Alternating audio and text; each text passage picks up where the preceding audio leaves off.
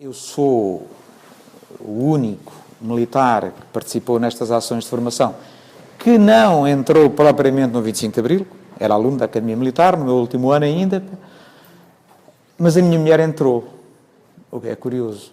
Eu era casado há uns meses, eu, como disse, ainda dei uma volta a Lisboa de carro, andei aqui na Baixa, antes de entrar na Academia Militar, e a minha mulher veio a seguir para Lisboa, que ela trabalhava em Lisboa, e andou em cima de uma Chaimite na Rua Augusta. Então, a perguntar aos militares o que é que andavam ali a fazer, e muitos deles não sabiam. Isto agora, muitas das pessoas pensam que se eles não sabiam. Pura e simplesmente, só faziam assim. Pronto, isto é uma pequena introdução. A minha apresentação não é só sobre a participação do Exército, é também de como é que se processaram estas eleições. Portanto, é preciso enquadrar como é que chegámos às eleições, o que é que foi necessário fazer e o apoio que o Exército foi chamado a dar. Tenho aqui duas fotografias para verem, esta é conhecida, cá em Lisboa, o que foi o dia 25 de Abril de 75. A afluência que houve às urnas foi uma coisa extraordinária. O povo português estava sedento de botar os votos, como o povo dizia. Muita gente, muitas filas, muitas horas para votar, até para ler o jornal, como vão ver na imagem seguinte, à espera.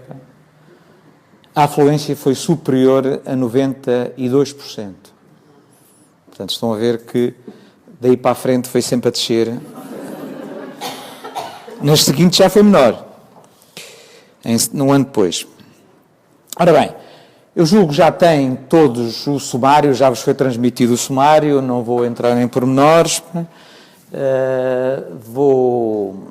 Eu resolvi passar isto aqui com muitos slides porque vai haver muitos números. Até para interiorizarem melhor os números, é melhor as coisas aparecerem escritas. Até à parte 6, até ao número 6, tudo isto se refere às eleições de 75, e o número 7 é mesmo o final, são só semelhanças e diferenças em relação às eleições de 75. Portanto, são as três seguintes, são praticamente iguais. Vamos ver qual foi a participação do Exército. Aí só falo sobre a participação do Exército. Como introdução, para enquadrar o que foi feito, o Coronel Aniceto Afonso já vos falou há pouco do programa do MFA. Isto é exatamente a transcrição do programa do MFA. É o que lá está escrito, está entre aspas, é o que lá está escrito. Portanto, 12 meses, Assembleia Nacional Constituinte, eleita por sufrágio universal, direto e secreto, coisa que não havia até aí. Isto começou bem, mas logo a seguir houve os entraves. E porquê é que eu digo que começou bem? Porque logo em 14 de maio, ou seja, 20 dias depois do 25 de Abril, foi publicada uma determinação da Junta de Salvação Nacional marcando as eleições até 31 de março de 75. Portanto, 20 dias depois, estava a coisa a começar bem. Só que o país entrou em alguma convulsão, como todos sabem. Havia pessoas que advogavam que deviam realizar-se primeiro as eleições para a Presidência da República e só depois as da Constituinte. Isto criou algum impasse, criou a queda do governo e coisas mais assim do género, de tal modo que em novembro as eleições foram marcadas para 12 de abril. Só que em 11 de março aconteceu o que todos já sabem. E aí a coisa, entre aspas, esteve muito tremida. Esteve muito tremida porque havia quem fosse da opinião que as eleições punham em causa o processo revolucionário em curso, mas também havia outros que diziam, fundamentalmente a parte direita, que dizia, não, isto é muito cedo para irmos votar. O povo não sabe como é que há de votar. Não está instruído. É melhor ensinar-me primeiro. E isto foi complicado de gerir. Logo a seguir, ao 11 de março, foi complicado de gerir, mas o MFA manteve a sua promessa, custou, mas manteve-a. Eleições em 25 de abril. Pronto. E assim foi. Para que estas eleições fossem possíveis, foi necessário montar uma máquina que não existia, que teve que começar do nada. Não havia nada previsto para fazer eleições deste género.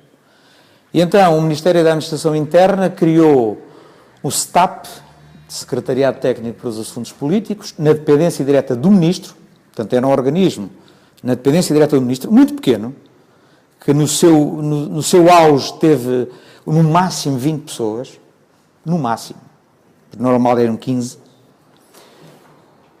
e que foi incumbido de planear e executar todas as atividades eleitorais. Como é que o Exército aparece aqui?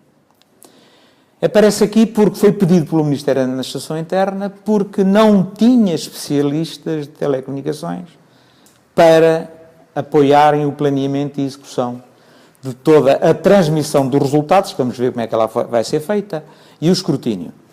E para isso foi fundamentalmente nomeada uma equipa, que depois teve alguns apoios dentro do Exército, mas nós os 5, onde está ali 1 mais 4, o 1 era um major, o major José Maria Marques, se calhar alguns conhecem-no hoje pela sua veia artística, é o pintor José de Guimarães, e 4 tenentes, nos quais eu me incluía. Portanto, era o meu curso, éramos 4, fomos apanhados, salvo seja, para irmos trabalhar para o Ministério da Administração Interna, que era ali o STAP funcionava ali junto ao Terreiro do Paço, onde nos passámos a reunir desde meados de janeiro. Logo em meados de janeiro estávamos lá.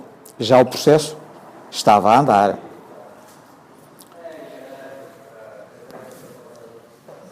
A preparação. Foi necessário fazer uma coisa essencial. Foi o recenseamento. Em 1973, estavam inscritos, havia 1.800.000 eleitores. Vejam a quantidade diminuta que era. Pá. As mulheres não podiam votar, salvo algumas exceções e coisas assim do género. E, portanto, foi preciso constituir comissões de recenseamento. Isto começou ainda em 74, com dezenas de milhares de voluntários. Houve muita gente envolvida, iam de porta em porta para que as pessoas se inscrevessem. Em cada junta de freguesia havia 5 elementos que coordenavam isto tudo, em cada junta de freguesia. Ora, se eram 4.027 freguesias, só aqui eram 20.000. E depois houve mais uma série de voluntários que apoiou. Pá. O processo foi concluído em janeiro de 75 e a partir daí, já com o STAP, e a partir daí tiveram que se fazer todos os cadernos eleitorais, imprimir muita coisa. A seguir falo-vos da logística. A logística foi a atividade mais complicada destas eleições. Porque foi preciso fazer tudo. Não havia nada. Desde toda a documentação, os impressos imensos, os pósteres, publicidade diária que foi espalhada aí pelo país todo para convocar as pessoas para as eleições. Foi preciso fazer urnas. Não havia urnas. Foi preciso fazer câmaras de voto, aquelas câmaras de voto que ainda existem hoje, são as mesmas, em muitos casos. As urnas também ainda são as mesmas. Foi preciso arranjar papel e imprimir os boletins de voto. A coisa mais simples era, o mais simples que parecia era arranjar papel. Não havia papel. Já vamos ver como é que lá chegámos ao papel. E foi preciso imprimir os boletins de voto neste prazo curto que havia. Pá.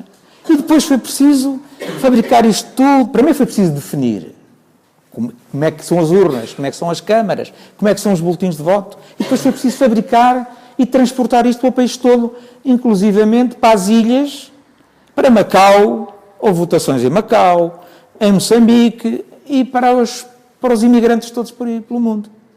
Não foi fácil. Foi uma missão muito complicada, de que se saiu muito bem. Um senhor, vou dizer depois quando as pessoas todas participantes, um comandante da Marinha, que foi encarregado deste processo, chamado Camões Godinho. Este material foi todo entregue a tempo. Até 22 de abril estava tudo entregue no continente e na Madeira, e a 23 só a 23 foi possível nos Açores. E o caso mais curioso foi o da Ilha do Corvo. Havia um temporal nesse dia, estava previsto que o navio fosse lá levar os papéis, toda a documentação. Nesse dia não, nos dias anteriores. Não foi possível. Solução: os votos foram lançados de helicóptero, foram lançados pelo ar no dia 23. Foi a solução mais anormal que houve. É claro que estes objetos todos, as urnas, as câmaras de voto, etc., foram feitas por empresas, a quem foram adjudicados. Os impressos e os boletins de voto foram feitos maioritariamente pela imprensa nacional, mas também não teve capacidade para tudo e tiveram que ser contratadas tipografias civis. Também. Portanto, houve aqui envolvimento de muita gente e depois foi necessário contactar toda a gente, houve milhares de telefonemas para toda a gente pelo país todo, para receberem todos os materiais em devido tempo. Foi uma coisa complicada. E a distribuição de tudo isto no continente foi fundamentalmente feita pelas Forças Armadas e pela GNR. Foi quem se incumbiu de fazer esta transmissão. Agora, sobre a transmissão dos resultados. Uma coisa fundamental que foi logo exigida. Os resultados têm que se saber depressa. Temos o mundo, e tínhamos, vamos ver como, tínhamos o mundo com os olhos postos em nós. Tínhamos que dar uns resultados fiáveis, credíveis e rápidos. E, portanto, tivemos que pensar uma maneira de transmitir os resultados. E aqui entramos fundamentalmente, foi aqui na transmissão e no escrutínio, se bem que na parte da logística também o Exército também deu um apoio, a nossa equipa também deu um apoio, mas fundamentalmente entramos aqui. Tivemos que definir como é que se transmitiam os resultados para Lisboa. E depois da contagem dos votos, que também vamos ver que também houve algumas odisseias com a contagem dos votos, as pessoas nem contar sabiam. Depois da contagem dos votos em cada freguesia, e em cada freguesia havia, tal como hoje, várias assembleias de voto, exceto nas freguesias pequenas, como é óbvio, era preciso fazer as somas, preencher um papel e mandar para Lisboa, via distrito. Portanto, primeiro a freguesia não mandava, eram 4.027, era muito complicado receber 4.027 comunicações em Lisboa. Portanto, primeiro iam ao distrito, já vou explicar depois como. Iam as freguesias mandavam resultados para as capitais de distrito. Depois das capitais de distrito, nos governos civis, eram enviados para Lisboa pelos CTTs, TLPs. Muitos de vocês não estão, se calhar... Os CTTs ainda hoje existem, mas não fazem comunicações telefónicas nem telegráficas. Mas eram o principal operador de comunicações nessa altura. Eram os correios, telégrafos e telefones. Exceto em Lisboa e no Porto, em que havia os telefones de Lisboa e Porto. Portanto, estes eram os únicos operadores que existiam. Não havia telemóveis, não havia nada disto. Pronto. Não era fácil, e já vos vou explicar também a dificuldade que foi esta transmissão. E o Exército, através do Serviço de Telecomunicações Militares, que mandaria os resultados pela sua rede própria. Este requisito só apareceu já muito tarde, porque houve vozes que diziam assim, a gente não acredita nos resultados transmitidos pelos meios civis. Os militares têm que mandar os resultados também. Tivemos que entrar a preparar-nos já muito em cima, e posso-vos dizer que não correu tão bem como nós desejávamos, foi muito em cima, não estávamos preparados, e foi lento, foi demasiado lento para o que nós esperávamos. Já vamos ver depois mais à frente. O escrutínio provisório. Foi preciso arranjar um sítio para o escrutínio. Em Lisboa. foi escolhida a Fundação Carl Luz de Gulbenkian, julgo que já todos sabem. Portanto, o centro de escrutínio foi montado na Gulbenkian. Foi necessário montar aquilo tudo. A Gulbenkian cedeu salas, mas foi preciso montar, levar para lá os equipamentos todos. Foi necessário contratar uma empresa para fazer as contas. A informática na altura não era como é hoje. Havia poucas empresas de informáticas, não havia computadores, e conseguiu-se contratar uma, depois de alguns contactos, uma empresa chamada Time Sharing, que não existiu muitos anos, e que fez as contas. Já vos vou explicar depois como. E foi preciso levar para lá tudo, mobiliário, telefones, telexes, fotocopiadoras. Foi preciso garantir a segurança física das instalações, com a PSP, que havia... todas as pessoas eram controladas à entrada desse centro e eram inclusivamente palpadas. Não havia ainda aquelas máquinas eletrónicas que há hoje, era tudo apalpado, a ver se levava coisas lá para dentro que não deviam levar. É claro que havia senhoras polícias também, que faziam esse trabalho. Foi preciso dar apoio aos órgãos de comunicação social, vamos ver a quantidade de gente que lá esteve, e foi preciso preparar a comida para a noite, de 25 para 26, e para o dia 26, porque aquilo prolongou-se para dia 26.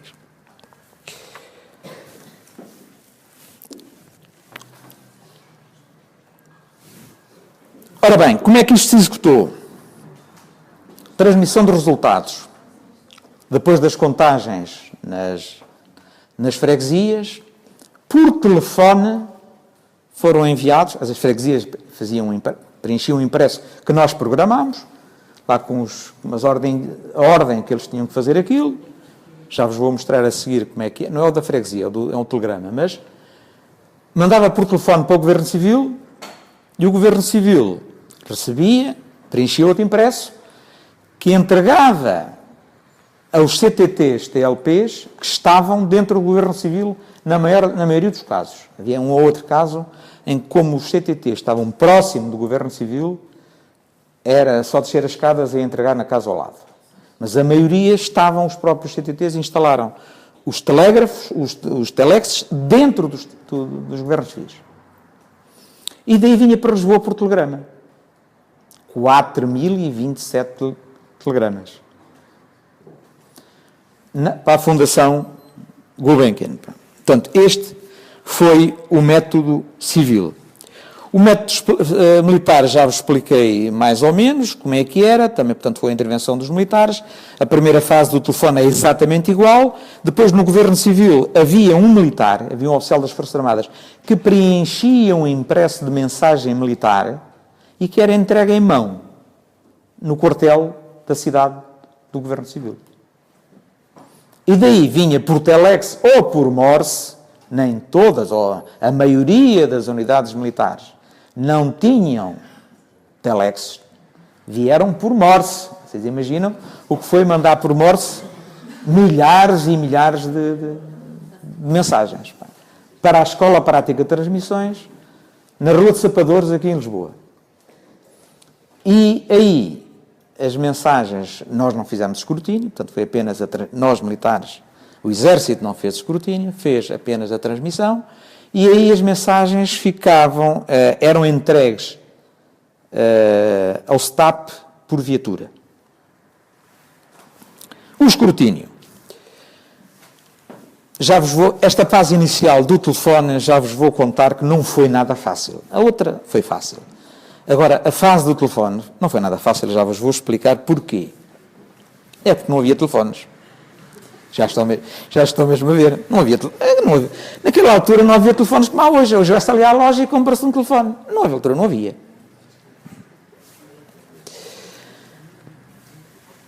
E o escrutínio. O escrutínio foi instalado na Gulbenkian, como já vos disse, coordenado pelo STAP, mas com a colaboração de nós militares que estávamos a trabalhar com o STAP.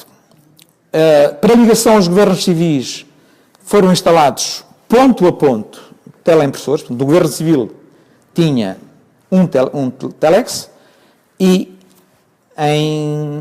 cada governo civil tinha um ou dois, havia sempre um de reserva, e em Lisboa havia 22, um para cada governo civil.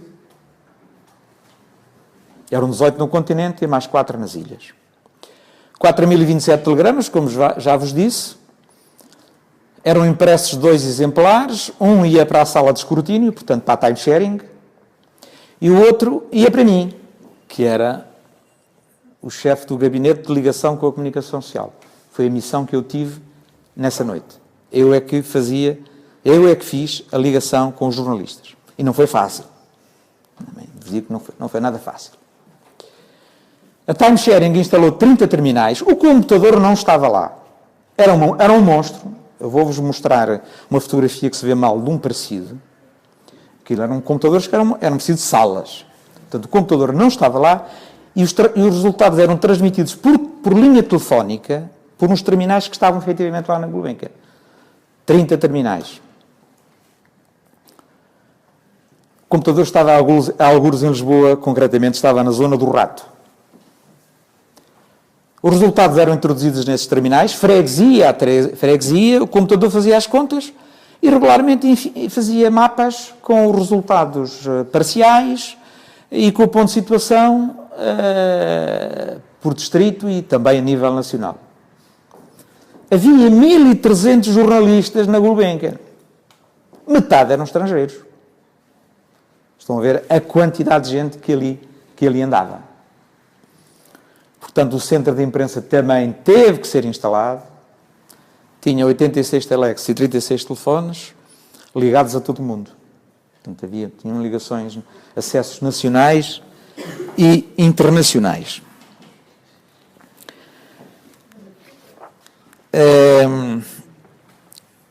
Portanto, já vos expliquei basicamente como é que foi feita a transmissão e como é que foi feita a execução do escrutínio. Fez-se com algumas dificuldades, mas fez-se bem. Agora vou-vos contar coisas mais curiosas. A primeira... antes disso vou-vos mostrar imagens. Era o telegrama típico. Foram 4.027 telegramas destes que foram feitos, já no Governo Civil. A freguesia que está... Portanto, é um por freguesia. A freguesia que está ali é só por casualidade. É a minha. Eu sou natural de Vermoil, Concelho de Pombal, Distrito de Leiria. Portanto, estão a ver, os resultados eram recebidos no Governo Civil de Leiria, depois e mandava para Lisboa, freguesia a freguesia. E estão ali os resultados exatamente como foram naquele dia. Ora bem, já agora um pormenor, é que aquele número de votantes, aquele número de votantes que está aqui, em alguns casos, se somassem estes resultados com os votos em branco ou nulos, não dava certo. Não dava certo. Houve vários casos destes. Aqui é um dos mapas, já do dia 26 às 16h25, e como podem ver na linha 2, isto tem aqui os resultados por distritos, como podem ver na linha 2, a linha 2 tem as freguesias que faltavam. Ainda faltavam algumas freguesias, por acaso não estão aqui os distritos em que faltavam mais. Os distritos em que faltavam mais eram Braga e Vila Real. Faltavam 2/3 do total, que eram 154. Portanto, às 16h25 do dia 26, ainda faltava recebermos 154 telegramas, como vamos ver neste mapa a seguir. Está lá em cima.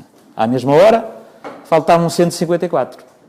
Os resultados já eram estes e foram praticamente os resultados. Os que está ali são resultados definitivos. Não foram exatamente aqueles números de votos, com mais uns quantos, mas em termos de ordenamento partidário foi exatamente este.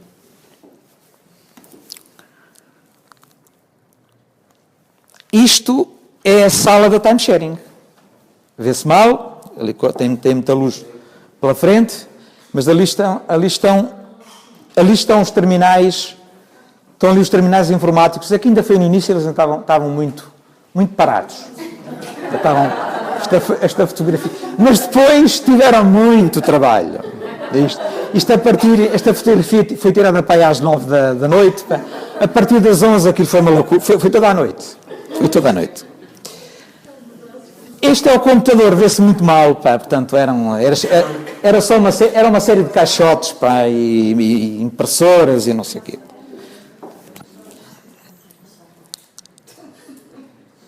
Esta é a sala de imprensa, uma bateria de teleimpressores para os senhores jornalistas. Pá.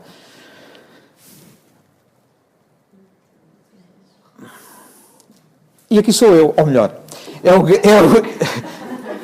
acho que não sei se é identificável ali ou não, mas era um jovem tenente, que está ali à esquerda, no tal gabinete que fazia a ligação. Portanto, recebíamos as 4.027 mensagens ou telegramas e mais todos os resultados parciais, e depois eram escriturados, eram registados, eram fotocopiados e não sei o que mais, e eram entregues à comunicação social. E aquilo foi um assédio que nem imaginam. Tínhamos uma ligação por uma porta lateral, para aquilo. Todos queriam ter tudo, pá, e o mais depressa possível. Pá, foi algo complicado nas primeiras horas. Agora que vamos entrar em algumas curiosidades. Os custos. Em quanto tempo já vou? Em quanto tempo já vou? Pá? Não vi? Hã? Tenho mais um bocadinho. Os custos. Pá. 23.300 contos custaram estas eleições. Está lá a seguir o valor de hoje. 3,2 milhões de euros. A preços de hoje. Um conto, para quem nem se lembra dos contos já, os contos eram 1.000 escudos e em 75. Hoje, um conto vale 138 euros,14. Isto, a fonte é a por data, é fidedigna. Portanto, 3,2 milhões de contos. De euros.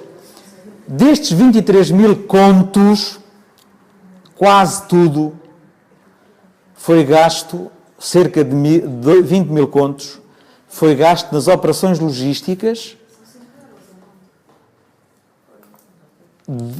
e os custos do STAP, do pessoal do STAP, foi apenas 1.500 contos. Portanto, estão a ver onde é que se gastou o dinheiro. Foi em todos os materiais, em tudo o que foi necessário fazer. E a seguir abaixo está a descrição das principais operações logísticas. Só o recenseamento e a impressão de todos os documentos gastaram-se 9.700 contos. As urnas foram 13.800. E pesavam 55 toneladas. Foi preciso transportar isto tudo. 2.200 contos. 13.000 câmaras de voto. 394 toneladas. Os boletins de voto foram, aqueles todos, mais de 8.600.000. Eram mais 25%, se não me engano, em relação, havia uma reserva de 25% do número de eleitores. Em cada assembleia, em cada freguesia, tinha mais 25% de votos do que os eleitores que tinham. Mais ou menos. Não foram caros, os boletins de voto não foram caros, porque foi só a impressão, e foi a imprensa nacional, maioritariamente, que os imprimiu. Portanto, a impressão não foi cara. E o papel já vamos ver que foi de borla. O escrutínio da timesharing custou 1.300 contos e os custos dos CTTs, não só dos teleimpressores todos, mas também dos múltiplos telefones que teve que instalar, foram 1.400 contos, o que não foi muito. Agora é que vamos às curiosidades propriamente ditas. Ora bem, disse-vos que a grande dificuldade foram os telefones. É que havia muitas freguesias que não tinham telefone. Muitas mesmo. Os telefones na altura eram coisa rara e as centrais telefónicas estavam saturadas. Não havia, nem tinham linhas para porem lá. Nas primeiras reuniões que nós tivemos com os CTTs, TLPs, disseram-nos logo, nós não conseguimos fazer isso. Nós não conseguimos pôr telefones nas juntas de freguesia. Mas os telefones eram vitais, não só para eles mandarem os resultados, mas também para nós os contactarmos, para lhes darmos instruções, quer antes, quer durante o ato eleitoral e também para a Comissão Nacional de Eleições, que também tinha que contactar com eles. Dissemos, façam como quiserem, mas têm que pôr pelo menos um telefone em cada junta de freguesia. E nós sabíamos que havia solução. Nós, militares, sabíamos que havia solução, senão não exigíamos isto. Mas eles disseram, não somos capazes, não é possível. À próxima, quando voltarem, têm que trazer a solução. E assim foi. Na reunião seguinte traziam a solução, que era a que nós sabíamos. E qual era? Houve uns quantos assinantes dos CTTs, TLPs, que uns dias antes ficaram com os telefones avariados. É que não havia linhas, as centrais telefónicas estavam completamente saturadas. Portanto, não era possível fazer mais assinantes. Avariaram-se uns quantos e puseram-se as linhas telefónicas nas juntas de freguesia. Pronto. E assim foram feitas as eleições. No dia 26 ou 27, os telefones voltaram a funcionar. Foi assim. Foi assim. Nós militares sabíamos, tínhamos muita experiência disto, como é óbvio, sabíamos que isto era uma coisa que se fazia com a maior das facilidades. Era só mudar uns fios dentro da central telefónica, não custava nada. E depois estender um fio desde da caixa de distribuição mais próxima até a junta de freguesia, não custava nada. Então, e foi assim que a coisa se fez. O papel foi oferecido pela Suécia. Era primeiro-ministro Olof Palme. Ofereceu 90 toneladas de papel, dos quais 40 foram para fazer os boletins de voto e 50 para os cartazes, folhetos, pósteres, impressos, não sei o que mais. O papel veio num navio alemão que atracou no cais de Chabregas e o papel foi guardado, os rolos de papel, foram guardados na manutenção militar de onde foram saindo para as tipografias. E depois apareceu outra drama. O Ministério das Finanças queria que o Ministério da Administração Interna pagasse os impostos do papel. Os impostos, o papel que foi oferecido de borla, foi oferecido, tinha que pagar o imposto de transações e o imposto alfandegário.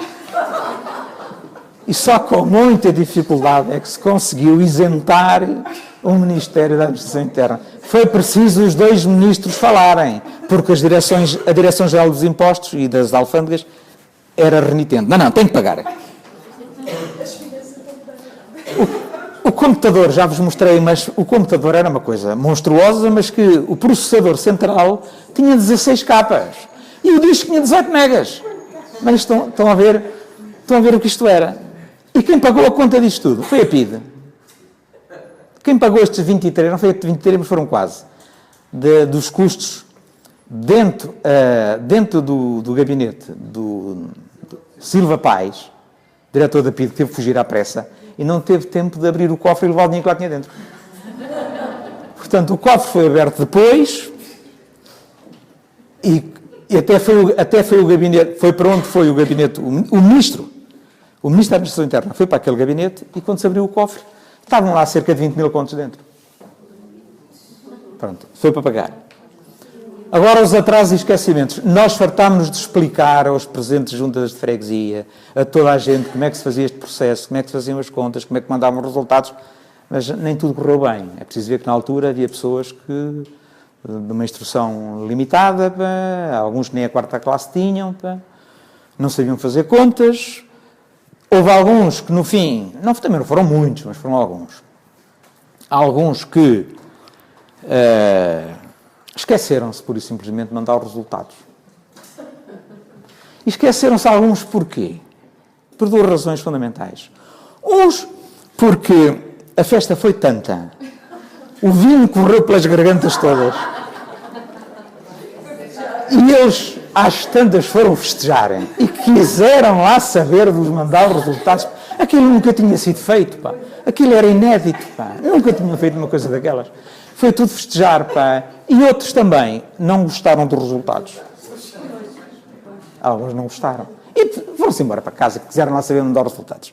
O caso mais curioso sucedeu destes esquecimentos e atrasos. Aconteceu não muito longe de Lisboa, não é distrito de Lisboa, mas não foi muito longe de Lisboa. faltava só uma freguesia para acabar o distrito. Isto já ao fim da tarde do dia 26. Mandámos a GNR à procura do homem, a casa, à junta de freguesia, telefonámos para tudo e mandámos alguma coisa. Nada. O homem não aparecia. Apareceu já muito ao fim da tarde, ele próprio, em vez de mandar o papel pelo telefone, apareceu com o papel na mão. No Governo Civil, a cavalo.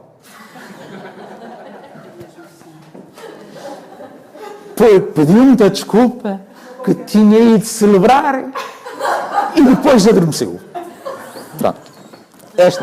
Esta foi a maior curiosidade. Pá. A equipa, rapidamente, da equipa que participou nisto, desde o Ministro, ao chefe, que é o Coronel Costa Brás, o chefe de gabinete, o diretor do STAP, o já falecido Comandante Almeida Costa, o tal logístico, que teve um trabalho incansável, Camões Godinho, o delegado do Exército, o José Maria Marques, e depois os 4 tenentes adjuntos. Ali estou eu, Idurindo Ferreira, mais o Melo Azevedo, o Oliveira Ferreira e o Sousa Maia, também já falecido. Este último, o Sousa Maia. Os outros são todos vivos. Menos Almeida Costa, como já vos disse. E mais uma dezena e meia pessoas, mais ou menos. Dentro desta dezena e meia pessoas estava uma pessoa que é conhecida de todos vós, que é o Dr. Jorge Coelho, que já lá andava no STAP. Era muito jovem, tinha 20 anos, mas já lá estava a trabalhar. Ainda não era doutor, não era nada, como é óbvio, mas também foi um dos trabalhadores. E no dia 26 o país pintou-se destas cores. Portanto, isto são as cores dos partidos, por distrito. As cores que ainda hoje são as cores deles. O Norte PSD, exceto Porto, e Leiria PSD também, que ainda hoje se mantém. Ainda hoje se mantém. Eu sou do distrito e ainda hoje se mantém. E o único distrito em que venceu o PCP foi em Beja.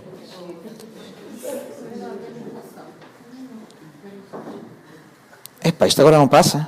Não estou a carregar mal.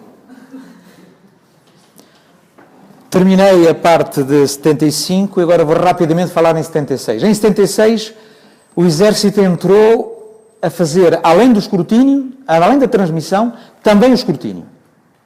Porque havia quem dissesse que a gente não acredita naqueles tipos, melhor é o Exército transmitir e fazer as contas. E assim tivemos que fazer.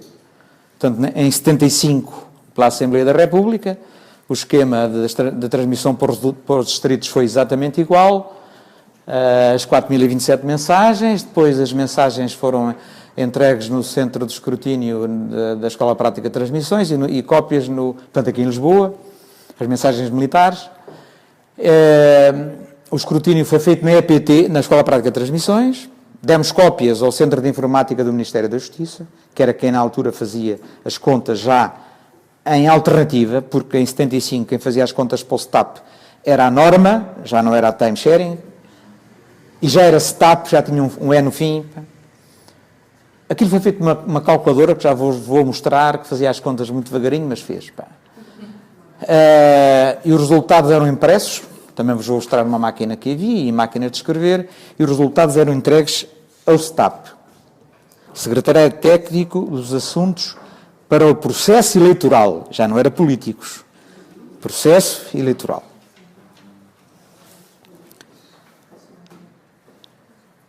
A questão, tivemos a visita durante a noite do general Ramalhianos, que era chefe de Estado-Maior do Exército,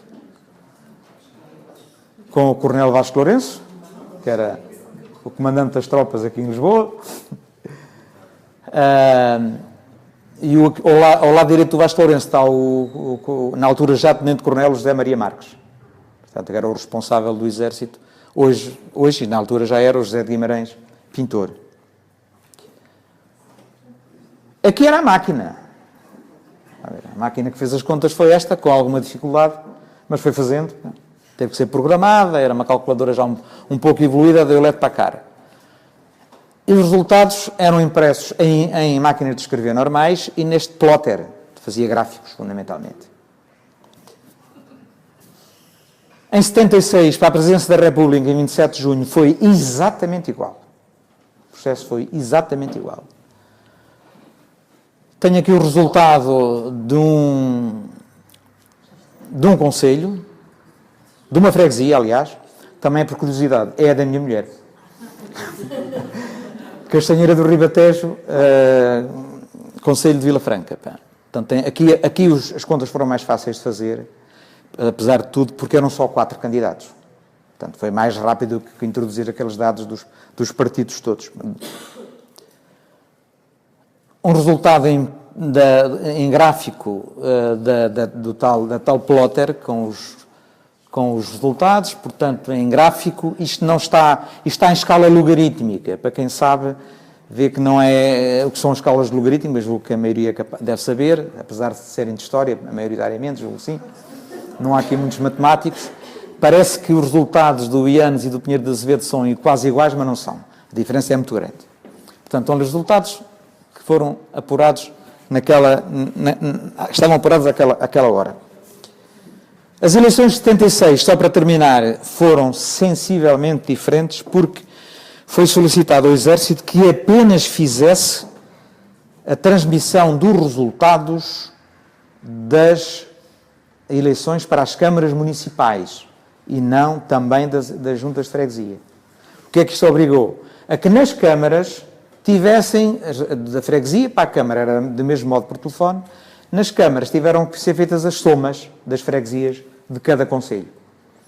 Depois eram enviados do mesmo modo para o Governo Civil, no mesmo processo de mensagem e telex para Lisboa. O processo a partir daqui foi exatamente igual e o escrutínio foi também igual.